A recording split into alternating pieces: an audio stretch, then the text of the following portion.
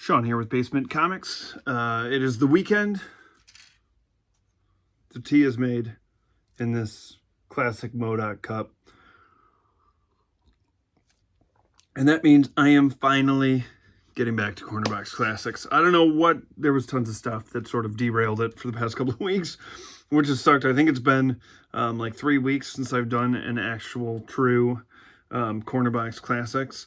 I read these titles before Henry's surgery with the full intent of doing them that weekend, but we were out of town.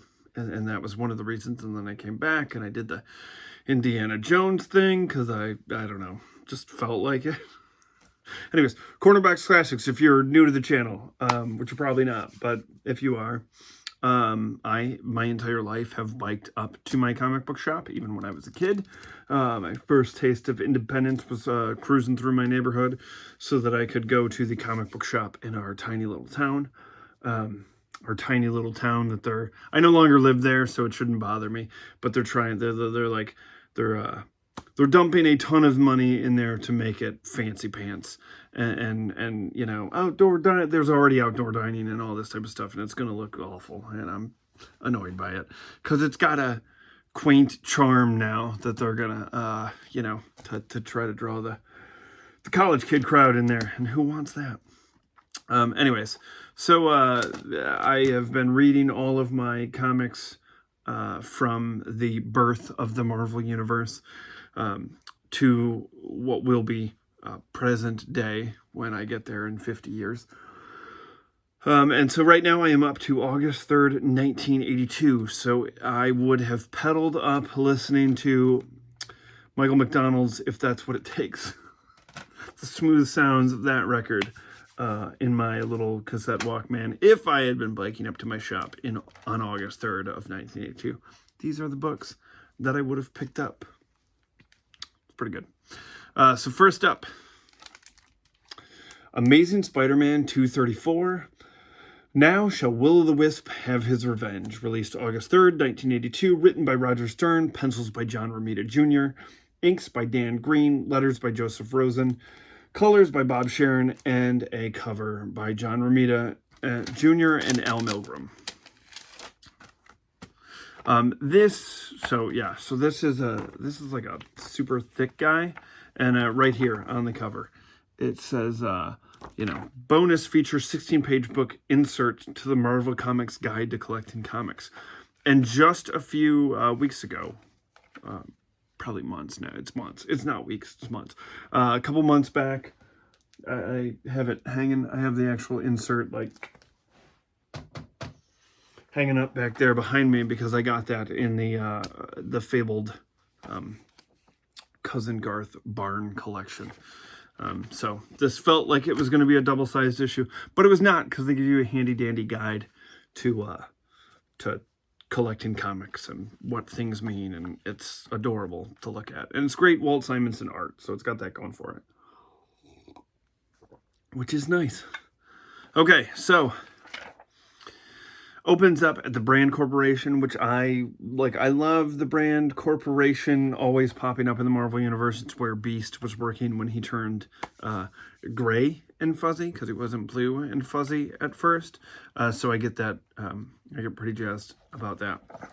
And there's this character who's breaking in there, and this guard puts out an Amber Alert, which I thought was kind of interesting at the time, because I was like, oh man, that's a totally different thing now.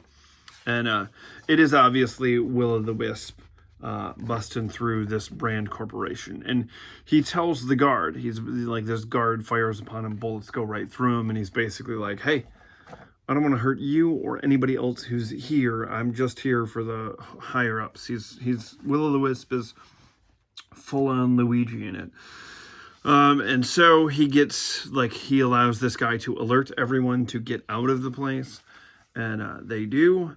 And then he blows the whole building away and then flutters off. And then it cuts to the Daily Bugle, where Phil Urich and Peter Parker are in the dark room going over the pics that Spider-Man Peter Parker took in the last issue of his fight against the tarantula, as they were trying to go after the Brand Corporation because their detectives had killed Nose Norton. And so they were hoping to get some pictures of that.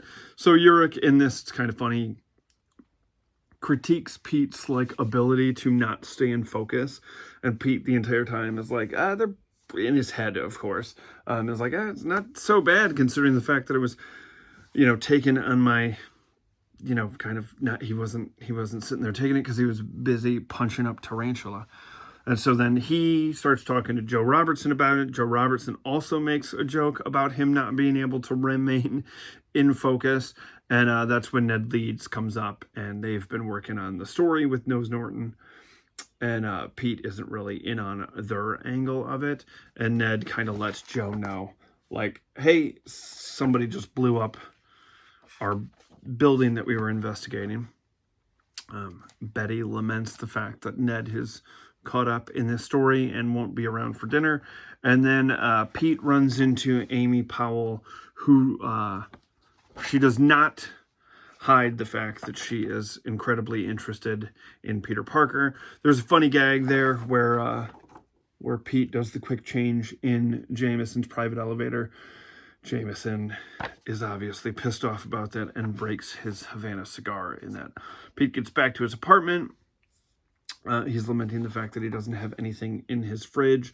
And then his neighbor is basically like, hey, I think he's like, he's defrosting his refrigerator and he's got a bunch of extra food that he needed to get rid of. And so he offered it up to Pete. So that's one time where the Parker luck isn't working out. Because obviously the Parker luck is like not having luck. So then we cut to Tarantula, who is pissed off about getting taken down by Spider-Man and not being able to defeat him. Then some Brand dudes come in, one doctor and another guy from the corporation, who's basically like, how would you like us to do something to help you, like, be able to take down Spider-Man for good? And he was like, you're going to help me defeat Spider-Man? And they're like, oh, we're going to do one better. We're going to make you Spider-Man. So then we cut to Pete basically like realizing that his story got bumped from the front page for the blast that just took place. And so Pete then kind of goes over in a fun splash page flashback the events of Spectacular Spider-Man 57, where him and Marla Madison took on the Killer Shrike, and they wind up discovering Will-O-the-Wisp there. So then Pete winds up like swinging by school and discovers, while talking to one of his pals at school, that there is an internship at Brand Corporation. So Pete was trying to figure out a way into Brand, and now, thanks to school, he has found it. And now we got to pause for the 16-page guide to collecting Marvel comics. And I'm telling you, it's pretty fun. And I'm sure if I was a youngster getting into comics at this time, I would have been like, this is great. You know why? Because nowhere in this are they like, you should slab your comics, kid. Yeah. Anyways. So then Pete's he's at Brand, does the old, let's toss the spider tracer onto somebody.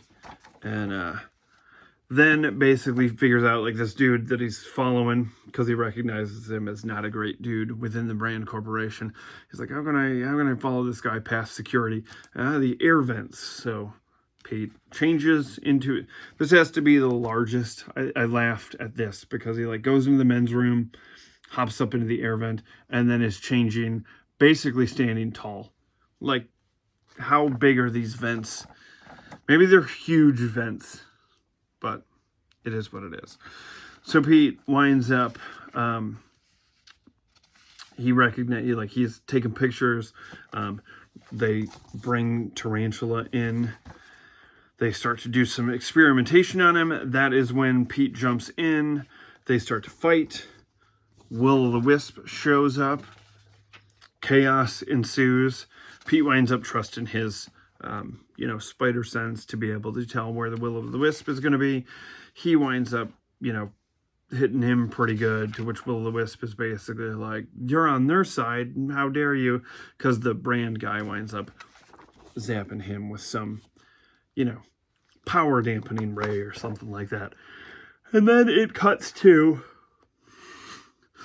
Pete's spider sense goes haywire, and it cuts to Tarantula after this experiment by the Brand Corporation is a full-on terrifying tarantula. And I was like, man, if I was a kid, if I was a kid pedaling up to my shop and I read this issue of Amazing Spider-Man at night, I'd be freaked out by that. But if I recall, in the 90s, there was like there was a wave of Toy Biz toys that were like monsters that were Marvel characters, and I remember there being a wasp that was like the mutated wasp, like she was for a little bit in the 90s because of the Crossing storyline. But I could be wrong. I should have done some. It's my mantra. Besides, that's not my cup of tea. My other mantra is I should have done some research. Should have done some research. I meant to look to see, because I recall there. I feel like there was a tarantula toy where he was a mutated tarantula, and I remember being like, "The fuck, I'm gonna get that," because I'm not a big fan of spiders. I like Spider-Man, but I'm just not a big fan of spiders. I had to get over it, though, because I married a gal who is even not cooler with spiders. So, you know, one of us had to step up. That falls under my purview, I guess. Anyways, Captain America, number 275. Yesterday's Shadow, released August 3rd, 1982. Written by J.M. DeMatteis. Pencils by Mike Zeck. Inks by John Beatty. Letters by Jack Morelli. Colors by Don Warfield. And a cover by Mike Zeck and John Beatty. Real quick, Clover Press, they do these really great art books. I'm staring at a Russell Dauterman and a Michael Turner one right over there.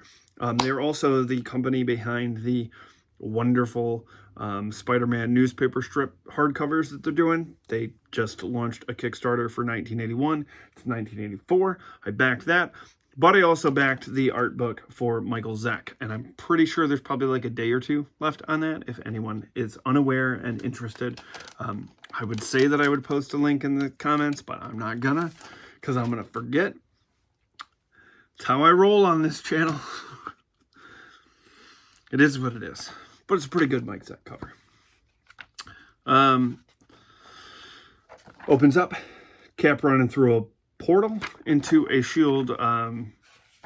Safe house, base, perhaps, and he runs into a gal that he had an earlier run-in that he was kind of curt with. So he apologizes to her.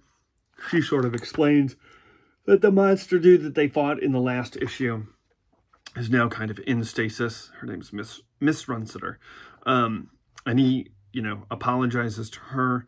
She's kind of like, I could hang out with this dude a little bit more often, but I'm like, don't cool it, Miss Runsiter. Bernie Rosenthal's in the picture. So then it cuts to these S.H.I.E.L.D. guys.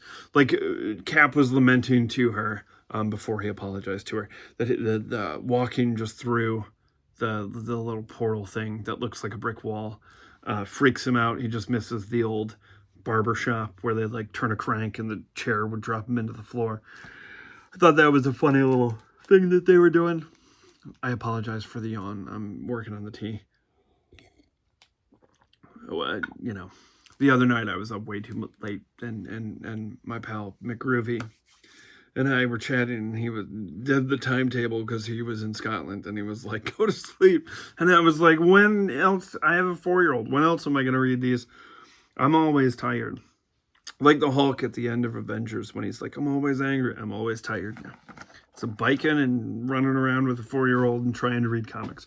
So Vermin is there. We haven't gotten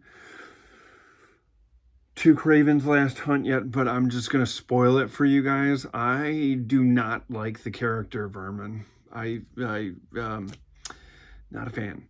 Not a fan. And I have, there was this company years back, they don't do them anymore, which is a shame.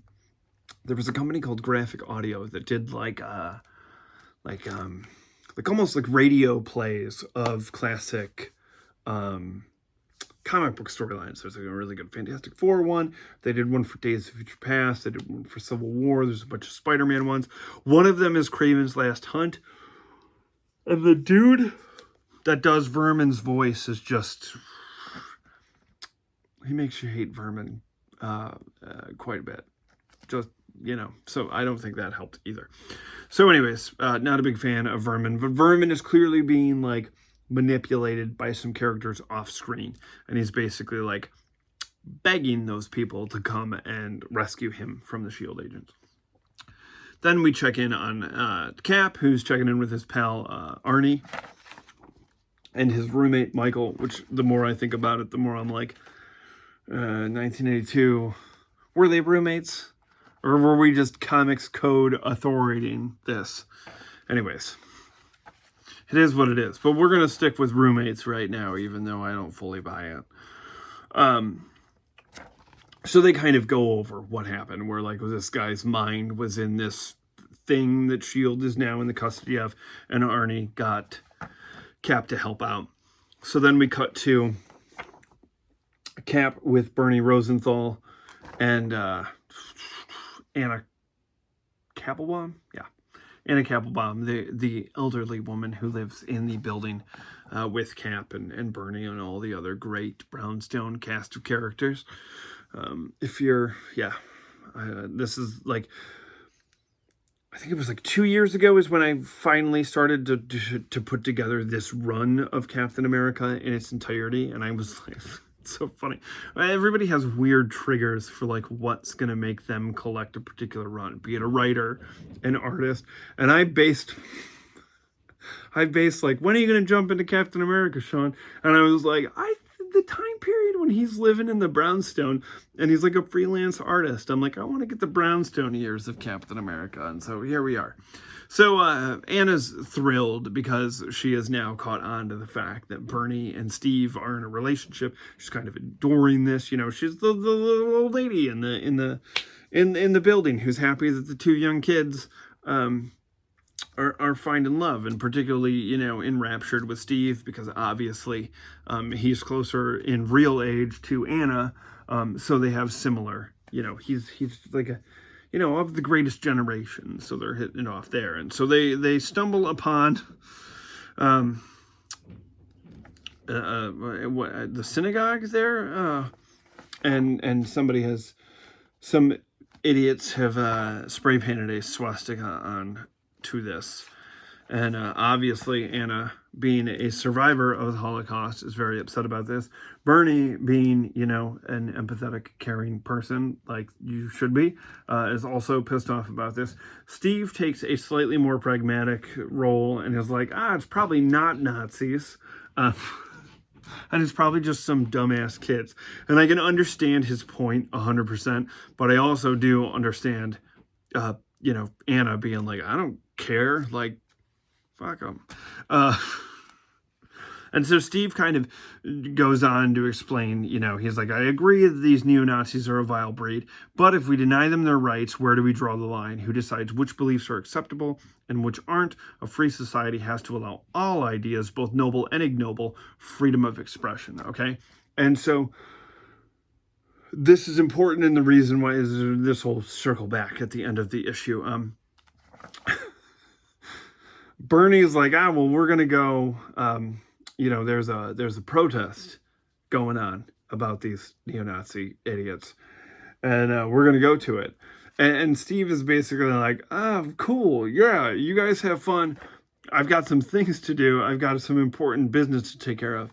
And Bernie is not happy about this. Then it cuts to an interlude where we are obviously, you can tell right there, just by that little shadowy figure there, that there is an interlude of Baron Zemo. Then it cuts to our idiotic neo-Nazi guys getting ready for their little cosplay rally. Then we cut to interlude 3. There's a lot of interludes going on here. And this one is Sam Wilson announcing that he is running for congressman. yeah, he is declaring himself a candidate for Congressman Martin Alves' seat in the House of Representatives. So then a reporter kind of goes after Sam about some things that Sam did that were criminal around the time period of Captain America 191, according to the editor's note. I don't believe I have ever read that stuff, considering I jumped on in the 200s. I'm slowly piecing together runs back then, but my Captain America and Falcon stuff is basically like entrenched in the Secret Empire when Banshee and the X-Men were involved in those issues. And a smattering here and there. So after that, and I did like this too because Peter Parker shows up for one panel and he's like, hey, kind of being pretty hard on Sam Wilson there, aren't you? And he's like, you know, no, I'm gonna stick it to Sam Wilson.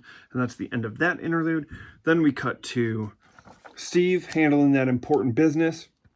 And he's taken some artwork to the freelance guy who's been scooping up some of his stuff.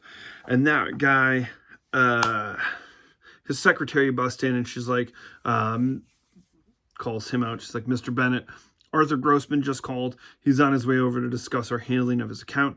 And then, you know,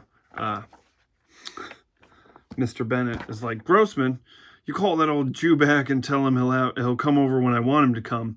And right as he's saying that, Roger starts to rip up his artwork because he's like, I'm not working for this bigot. Way to go, Steve. So then, lo and behold, this run-in with a dude that, with a mentality that Steve had long been, had been vanquished, realizes it has not. And so he shows up with the rest of the Brownstone gang to the rally. And then we are introduced to Sammy Bernstein, who happens to be, to the shock of everyone involved, Bernie Rosenthal's ex-husband. So everyone's a little bit thrown off because they didn't know that Bernie had been previously married. Steve is also a little thrown off by this. Then the rally begins with the idiots, and then Sammy jumps in there. Things start to get heated. Somebody throws a bottle at the Nazi. Fists start going. It's a whole thing. And at this point, we cut back to, while this is going on, turns out that Zemo is watching this with Zola. And they also, somehow are controlling the monster from the last issue that's in the shield containment field. It breaks out, frees Vermin, and goes after Michael and Arnie. Then we cut back to the rally. Bernie is upset because she thinks she's been separated from Steve, but we know better. Steve is pulling a Peter Parker and rushing off to change into his Captain America duds, and he goes after Sammy, and the Nazi cools down the crowd and basically gives the exact same speech that he gave early to Anna and Bernie Rosenthal. And it is in this moment that Bernie pieces together that Steve is Captain America. And this is what I have been waiting, because I had read a one-off issue of Captain America that I had one night where I was just like, oh, I'm feeling like reading the Captain America issue. And it was so good. I'm trying to think if I've covered it on Cornerbox Classics, but it was like an arsonist had been paid to set fire to some buildings that they were scooping up, and it killed one of the firefighters who worked with a firefighter who lives in the Brownstone. And Bernie was in the issue, and I just really, I'd sort of, because of modern comics, kind of losing that. I feel like they're not as good with the extended gang thing. They try a little bit harder, because it's such a thing in Spider-Man. They try a little bit harder in recent Spider-Man issues, but I still think they missed the mark quite a bit. And I didn't know that was such a part of Captain America. And so that was when I was like, oh man, I'm gonna try. And I enjoyed the Bernie and Steve relationship so much. And I was like, man, I can't wait to get to the point where she pieces it together. I hope it doesn't ruin the relationship, but you know, it is what it is. I'm looking forward to the next issue of Captain America. It's the moment we've all been waiting for. Hercules number 3 of 4. Whom the God Would Destroy, released August 3rd, 1982, written and drawn by Bob Layton, inked as well, lettered by Rick Parker, and colored by Bob Sharon, with a cover by Bob Layton. The first 2 issues of this have been fantastic. It opens up with the Recorder and Hercules on their chariot going through space, and they suddenly run across some guys who are firing on them. So Hercules makes quick work of these dudes, tears their ship apart, roughs them up a bit. And then when they eventually land and they wind up like going back to their base, they are met by like the Commander Malin. And he basically explains like, hey, so you don't know this, which is why my guys went after you, but this whole like sector is under martial law. And he goes on to explain that some Hercules sends the Recorder off to the lounge area, and the Recorder's like, I don't want to lounge with humans, you guys get crazy. And then Hercules goes off with Commander Malin, and so he's in his office, and Commander Malin's like, what brought you to this sector? And Hercules was like, these creatures told me that the distillery, the distiller's planet, Seagram 7, which I thought was pretty funny, hath a brew that rivals my beloved Olympian ambrosia. 'Twas a temptation not to be resisted. And so like the commander's like, so you're telling me that you came all the way here just because you wanted to get some booze, basically? And so then that's when he explains that like planets have just been disappearing from this area, and that's why everything's under martial law. They just like are blinking out of existence, and nobody knows why. Then we cut to the bar, and it turns out that Recorder just happens to be sitting next to the dude that Hercules and he just fought to wind up here. And this dude's pissed because, you know, this got him in trouble with the commander. They go to fight. The Recorder ducks just at the right moment. This winds up having this dude punch another guy. Turns out that there's 2 different like pilot crews here, so they get in a dust-up bar fight there. And then Hercules walks in right as this is happening, and he throws down. And that's when the commander gets word that there's been a disturbance. Then suddenly the quote-unquote bad guys, or whomever, show up. All the pilots take off. Hercules decides he's going to join the fight. Nobody's going to stop him because he's Hercules. They go out there, and like the entire fleet winds up getting destroyed. And this severely upsets Hercules. The Recorder winds up getting blasted when they make it back to the ship. He kind of gets torn apart. Hercules thinks that he has been destroyed, and just as he's going to reach him, he gets shot in the back, and it turns out it's by these like bug-looking alien dudes, and they are basically like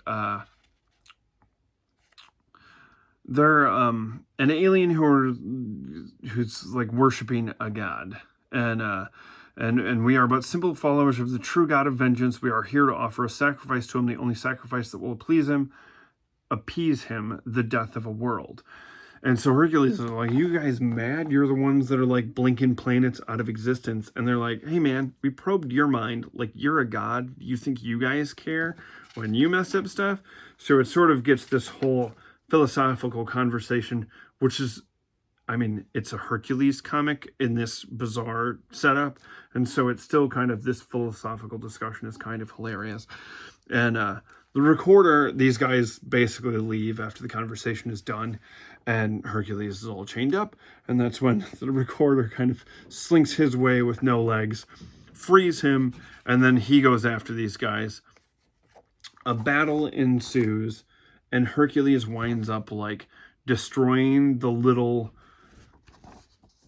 god thing that they're worshiping. He destroys it, and so they in turn wind up self-destructing themselves because they have failed their god. And so Hercules is upset about this. Obviously, it's making him question some of his own deity type of behavior. Recorder gets new legs by the commander. And then Galactus shows up, and he's like, hey, there was a planet over here that I was supposed to eat, and it's not here, and now I'm pissed. So issue 4 is going to be, I don't know, maybe Hercules punching Galactus. That'll be fun. So again, we're 3 issues of the 4 issues in, and this has been an absolute blast. It's great art. It's great writing. Super fun. Constantly makes me laugh out loud. I love it. Super thrilled about picking that up when I did. Up next, Marvel Team Up, Annual Number 5, Serpent Rising, released August 3rd, 1982.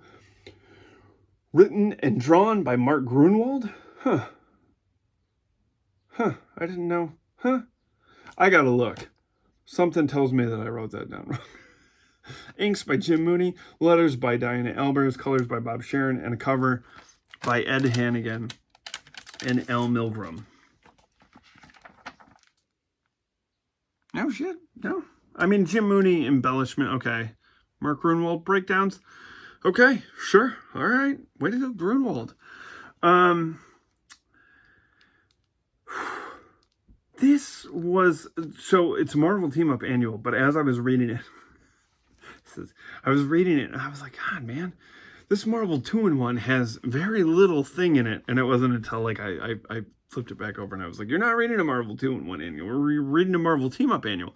But the thing is what this story deals with is so entrenched in what's been going on in the Serpent Society stuff that was happening issues back in Marvel 2-in-1 that I just assumed this was a Marvel 2-in-1 annual. So Quasar is alerted to some issues going on in Project Pegasus, winds up swooping down there, and the Serpent Crown is missing. And then the guys that he was down there with, like the workers at Project Pegasus, put the Serpent Crown on him. So now Quasar is under the influence of the Serpent Crown, which sucks. Then we cut to Thing, who is thrilled because everybody has left him alone so he can watch the fights. Alicia's working overtime on some sculptures. Johnny's on a date. Reed and Sue are out doing their own thing, so he's got place to himself. He's going to watch the fights. Then the phone rings, and it's Quasar. He pops out, like, he just does like he appears. And he's like, help me, Bet, And then he just disappears. And so Ben reaches out to him and he's like, no, man, I'm fine. Leave me alone. So Ben goes back to the fight and he's watching it and he's like, something didn't sit right with me on that. So I'm just going to go check it out. So then, and I think because Ben was the first one that was introduced in this story, that's why I assumed it was like, just as I was reading through it, I was like, oh, it's a Marvel 2-in-1 annual. Okay, he's been working with Quasar at Project Pegasus. I mean, that was a year story-wise or not story-wise, but publication-wise in Marvel 2-in-1, so it only makes sense.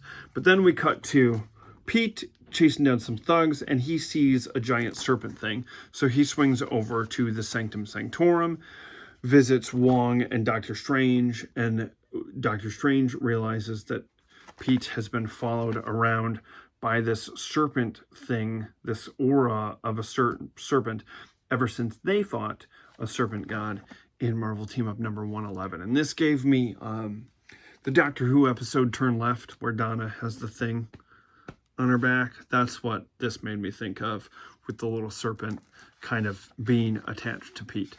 And so Pete and Doctor Strange go off, and they're gonna get to the bottom of this. So then it cuts to, and I did enjoy this because of the last Corner Box Classics being Indiana Jones themed. Scarlet Witch and Vision are seeing Raiders of the Lost Ark at the theater, and a snake pops out of the screen. The only person who can see it is Wanda. She gets freaked out, explains to Vision that she has been contacted by this serpent, and she's off to investigate it. Why Vision doesn't go with her, I'll never know. So, Doctor Strange and Spider-Man go and rent a car. I mean, come on. And as they're driving, and it's great because Pete's like, I can't really drive. And he's like, you gotta you got your spider sense. You're probably the best driver out here.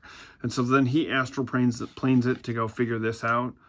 And when Strange is back from the astral plane, we get a like ridiculously wonderful but in-depth history of the serpent god that goes on for 3 pages, like explaining how like a certain subset of the Atlanteans became enthralled by the serpent god and kind of taken over by it.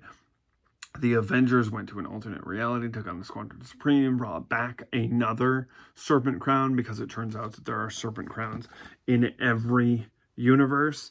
So it's a pretty, like, if you've never read anything about the serpent crown, this is actually a pretty good issue, strictly because you get a pretty great info dump on the serpent crown whole thing. So then it cuts back to Ben, who has arrived in the Pogo plane to Project Pegasus.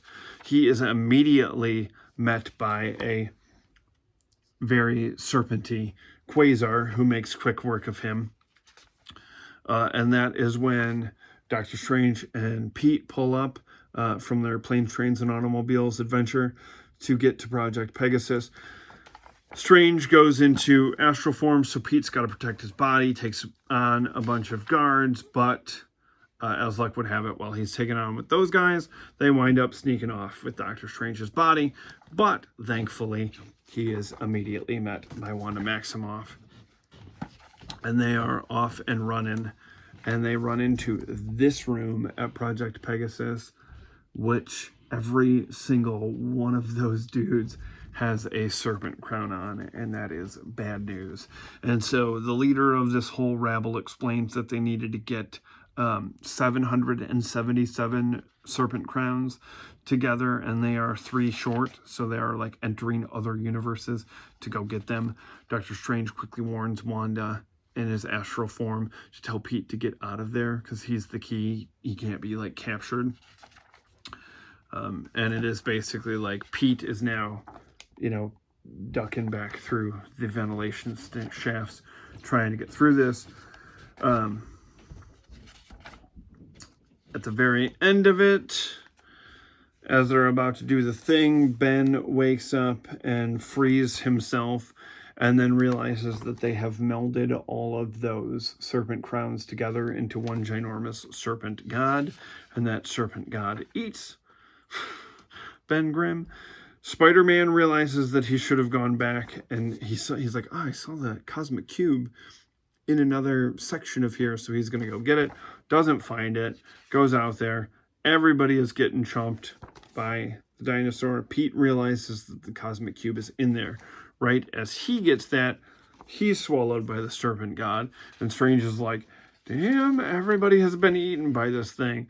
And then right as the thing is about to strike Strange, he explodes, and you have Wanda, Pete, and Ben Grimm all holding the cosmic cube because they have destroyed this serpent. And then with the power of the cosmic cube, they set everything right. And like, that's an annual, man. That's the way that's jam-packed serpent crown stuff. It's awesome. Marvel put out Micronauts number 47 that week. Discovery.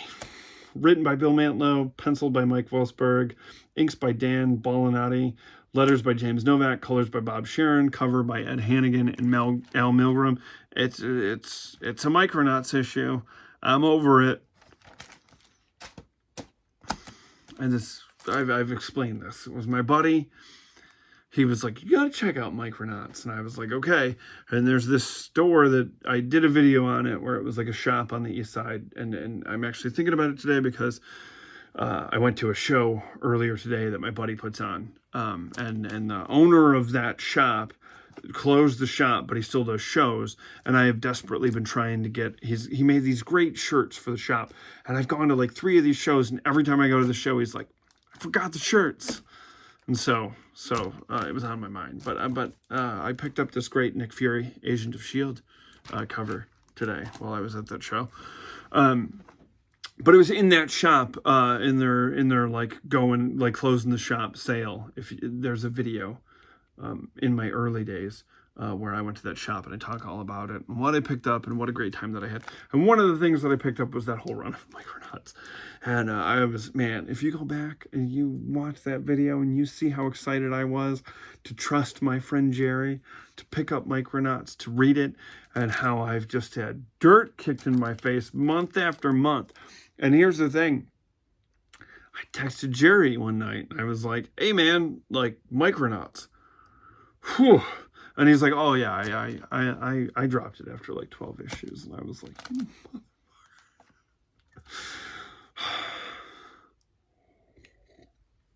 so these videos are already long enough. I'm not going to talk about Micronauts if I'm not feeling it. That's dumb. What I am feeling is Thor number 325, A Deal with Darkoth. I'm going to mispronounce this name like 40 times while I go through this. Released August 3rd, 1982, written by Doug Mensch, penciled by Alan Kupperberg, inks by Jim Mooney, letters by Janice Chang, colors by George Roussos, and a cover by Ed Hannigan and Al Milgrom. This is a character that showed up a lot in well, not a lot. I'd say a lot, like he was like Doom. This dude showed up in Fantastic Four. Yeah, in an era that I enjoyed, but I hear it's not well liked. It's like the post Kirby Lee era. It's like, oh, you go online and it's like a bunch of crypt keepers out there like, well, that was not a good time period for the Fantastic Four. They were just rehashing what's saying. And, you know, it is what it is. You know, was it still fun comics? Were they 50 cents probably at that time? You want to complain about a book, pay $5.99 for it. Okay, so this opens up with Mephisto, and he's pissed because in issue number 310, which I was like, should do some research, because I haven't, I just couldn't remember it, and I was like, I should read it. I enjoyed this one, so I'm probably gonna, but I was like, I gotta get the Corner Box Classic stuff done. I can't get sidetracked by some Thor issue that I'm not going to talk about. But it basically talks about how Thor and, you know, Mephisto is lamenting here that Thor and he got into a battle back in issue number 310, and he was like, Thor bested me, so now I'm going to get some vengeance. And then we cut to Donald Blake's office, and he's explaining to this lovely woman, Mrs. Barclay, that she cannot have children. And, you know, she's like, oh, okay. And so he gives her a couple options. You know, there's adoption. You know, there's a couple exotic possibilities, which I was like, Blake, settle down. And she was like, you mean like test tube babies? And I was like, oh, okay. All right. And so basically she eventually is like, it's okay. Like, probably wasn't the right time anyways. You know, I just lost my job. And so he's talking to her about that. And then he's like, well, hey, what did you do? And she's like, oh, you know, I was a reception clerk at a small business. And he's like, well, I just opened my practice. I need a receptionist. And so Dr. Donald Blake gives her a job on the spot, which was a pretty nice move on Dr. Don's place. So then as this is going on, Mephisto stops watching him and focuses on Darkoth. And this is a character that died, but and his soul was redeemed at the moment of death, but Mephisto snatched it away.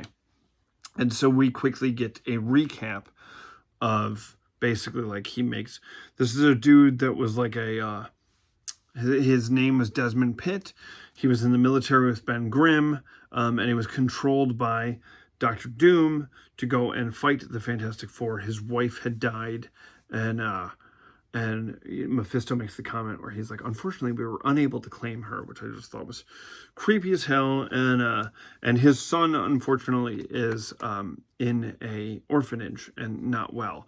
And Dr. Doom forced Darkoth to fight the Fantastic Four, and that's when Thing realized who he was, and he saved the Thing's life in this eventual battle that they were in, and so that's when he was supposed to like redeem himself and not go to hell with Mephisto, and he does. So Mephisto basically is like, hey, I'm gonna give you the opportunity to live again. You're just gonna have to possess Donald Blake. You just gotta kill him, and I'll switch your soul for a soul.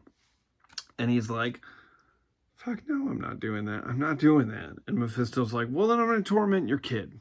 And so he's like, all right, for my kid, I'll do it. So he winds up at Don Blake's place, goes to kill Don Blake. Right as Don Blake wakes up, the dude's having second thoughts, and he's basically like, I can't do it. I can't do it. And that's when Blake realizes, like, he sees that he can't really see, but he's like, this guy's really wrestling with something. Then when he changes to Thor, he realizes, like, oh, he's wrestling with Mephisto. Mephisto must be coming after me. And that's not great. So Thor follows him. Thor basically, like, tries to explain, Darkoth tries to explain to him, then Mephisto once again, like, snaps control over the guy, and then battle ensues between the two of them. It eventually stops with him, like, basically snapping out of it at the last minute, explains to Thor, like, dude, you gotta kill me, like, you've got to give me my rightful reward of, like, shutting this down. And Thor does so. This upsets Mephisto. But before Darkoth dies, he, like, explains to him that he's thinking about his son and doesn't want Mephisto going after his son. And so basically Thor makes, like, kind of a deal with him, and basically is like, I'm gonna mess you up if you go after this dude. So he winds up releasing him to his just reward, and then Mrs. Barclay at the end of the issue introduces her husband to Donald Blake, and they're both excited that she has the job, and they're like, oh yeah, and we were thinking about adoption. And of course, like, Blake's like, I got the perfect kid for you. So this was I remembered that I enjoyed that issue of Fantastic Four, so this was fun to sort of get a follow-up on it, and it had a nice, like, happy ending, so that was good. Final issue that I would have picked up that week, Wolverine #3, Loss, released August 3rd, 1982, written by Chris Claremont, penciled by Frank Miller, inks by Joe Rubinstein, letters by Tom Orzechowski, colors by Glennis Wein, and a cover by Frank Miller and Joe Rubinstein. This is, like, even as I was reading it, I was like, I find the Wolverine issues difficult to, like, sort of like, oh, here's what happened. Because this is so noir and written so well that it's like a majority of it, of the charm of the issue is just Wolverine's talking in his head as this is going on. So, I mean, I really feel like I'm doing a disservice to it by sort of just flipping through it and trying to do that. But I mean, there's just some great, like, these hand ninjas, as he and Yukio have, like, hit it off, and they're kind of doing their thing. Wolverine's out drinking, getting in bar fights, and then they're being followed by hand ninjas. Yukio and him, pissed drunk, she winds up having him lay down on some train tracks. He doesn't realize that it's a bullet train, and she sort of explains her whole, like, the whole Yukio philosophy of, like, I'm just living life on the edge, man. We're perfect together. Wolverine has some dreams about Mariko and not being honorable enough for her while he's pissed drunk, and while he's passed out, the hand shows up and go after Yukio, but they're basically like, why haven't you killed him yet? And so we as the reader learn that she's, like, been ordered by Lord Shingen and the Hand to murder Wolverine. She winds up killing these hand ninjas and then awakens Wolverine, and she's like, we got to get out of here. And she's sort of trying to confess, and he, in his drunkenness and waking up, whispers Mariko's name, and so she kicks him in the face and leaves him there. So then it comes into her in the apartment of a fella named Asano, who was in the beginning of the issue that was trying to get Wolverine's help, because it's like, hey, there's a power play being moved, you know, here, and I need your help. And he was like, I'm enjoying getting drunk and hanging out with Yukio. So Wolverine goes back there, finds him dead, and realizes in this moment that it's Yukio. So he knows that she's played it. And there's just a great, like, dialogue moment where she catches like they both realize, and Wolverine's like, I'm giving you, like, you got just a little bit to get out of here before I come after you. And she sort of laughs, sobs, and it's just heartbreaking. Like, Claremont and Miller are killing it. This is fantastic. So it's them sort of chasing each other. Wolverine gets taken on by the Hand, and he winds up defeating them. Yukio gets away, and in this moment, he sort of realizes, like, oh, I didn't go full berserker. I'm still a man, and that's how I'm going to beat this as we get into the last issue. So I'm sure there's not a soul out there watching this who hasn't read this Wolverine miniseries, but if you have not, it's excellent. It is of the time period when Wolverine was a true well-rounded, good character, and I mean that by, like, I think that he's just been diluted. The healing factor is a little too powerful these days for my liking. I prefer it to be able to take some time, and when he was a little bit more concerned about understanding the animal inside him instead of just being like a murder machine, which, like, happened in the 90s and wasn't cool. But that's that. So that's Cornerbox Classics this week. So that's what I would have pedaled up to the shop while crooning to the sweet sounds of Michael McDonald. I would have picked up those issues, gone home, climbed into a treehouse, read them. Would have been great. So let me know, anything in here that you like, we're lucky enough to actually pick up off the rack, stuff that you like. Are you loving Micronauts and you think I'm the worst person on the internet for not? Let me know. And I will be back. Little dude is doing great. He went to the comic book show with me. Still haven't hit the bike with him yet. I was going to try to do that today, but I might not push it. But he will be back in fighting form on Wednesday for our next ride up for New Comic Book Day. Looks like a good week for new comics. And next weekend I'll be doing a Cornerbox Classics. Gonna go see He-Man tomorrow with a bunch of my friends, so that'll be fun. Anyways, thanks for checking this out. Let me know what you think in the comments, and I will see you on New Comic Book Wednesday. Bye.